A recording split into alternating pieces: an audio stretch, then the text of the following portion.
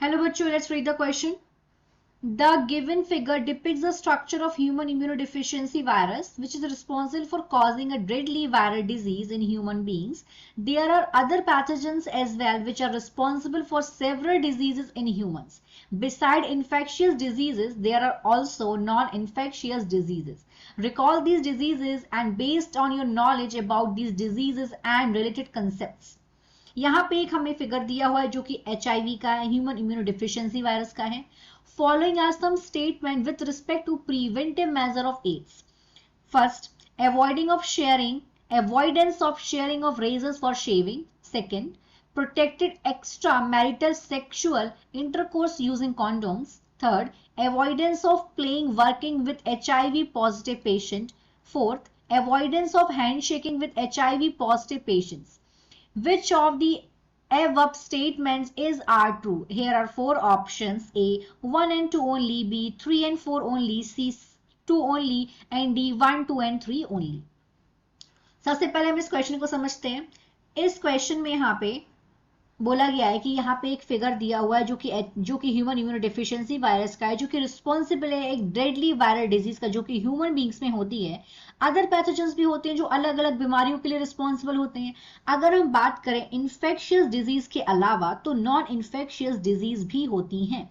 अब यहाँ पे एक क्वेश्चन पूछा गया है कि अगर हम प्रिवेंटिव मेजर्स की बात करें एड्स की तो क्या क्या हो सकती है. यहाँ पे चार बातें बोली गई क्या क्या हो सकती हैं. तो पहली है कि अवॉइड करना चाहिए रेजर्स को शेविंग के लिए. दूसरा बोला गया protected extramarital sexual intercourse using condoms, मतलब प्रोटेक्टेड सेक्सुअल इंटरकोर्स करना चाहिए, कॉन्ट्रासेप्टिव्स यूज करने चाहिए. थर्ड बोला गया है in avoidance of playing working with HIV positive patients, जो अवॉइड करना चाहिए जो HIV पॉजिटिव पेशेंट्स हैं उनके साथ खेलना या फिर उनके साथ काम करना. फोर्थ में बोला गया अवॉइड करना चाहिए हैंडशेक करना HIV पॉजिटिव पेशेंट के साथ. तो फिर यहाँ पे क्वेश्चन पूछा गया है कि कौन कौन से स्टेटमेंट जो है यहाँ पे करेक्ट हैं. तो फर्स्टली हम यहाँ पे देखेंगे की कंसेप्ट इस क्वेश्चन का. Key concept of this question is AIDS. यहाँ पे सारी की सारी बातें एड्स के बारे में हो रही हैं. सबसे पहले यहाँ पे जो एड्स के वायरस का HIV का जो एक फिगर देके रखा है उसका हम यहाँ पे उसको लेवल करते हैं. तो यहाँ पे जो ये E है ये RNA है. This is genetic material. अब हम देखेंगे जो ये F है, ये F क्या है, ये रिवर्स ट्रांसक्रिप्टेज एंजाइम है, क्योंकि जो रिवर्स ट्रांसक्रिप्शन होता है उसमें ये हेल्प करता है.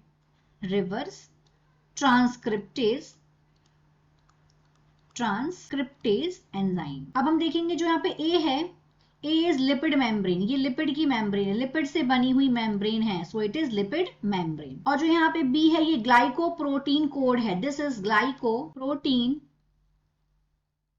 कोड. और यहाँ पे C है, दिस इज प्रोटीन कोड. और जो D है वो भी प्रोटीन कोड है, this is also protein code. अब हम देखते हैं इस क्वेश्चन को कि HIV स्प्रेड किस तरह से होता है.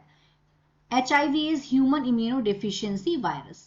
ये क्या स्प्रेड करता है, एड्स स्प्रेड करता है. एड्स इस क्वेश्चन का की कंसेप्ट है. अब एड्स को अगर हम एक्सपैंड करेंगे तो क्या होता है. A is for acquired. Acquired क्यों है, क्योंकि ये ड्यूरिंग लाइफ होता है, लाइफ के ड्यूरिंग होती है बीमारी. I is for immuno. D is for deficiency. S is for syndrome, क्योंकि एड्स में जो इम्यून सिस्टम है वो डिफिशियंट हो जाता है. अब इसका हम मोड ऑफ स्प्रेड देखते हैं एड्स का, क्योंकि बेसिक इस क्वेश्चन में यहाँ पे यही पूछा गया है. तो अगर हम एड्स की बात करें, इसका मोड ऑफ स्प्रेड देखें, मोड ऑफ स्प्रेड, तो जो एड्स है वो सिर्फ बॉडी फ्लूइड से स्प्रेड होता है. This is most important line.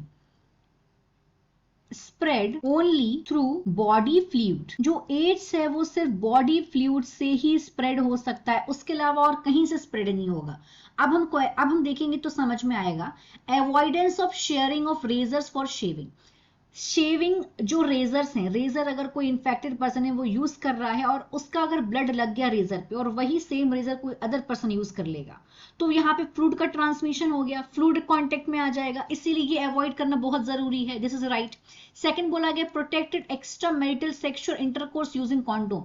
During intercourse contraceptive use करना बहुत जरूरी है, जैसे कॉन्डोम में कॉन्ट्रासेप्टिव है.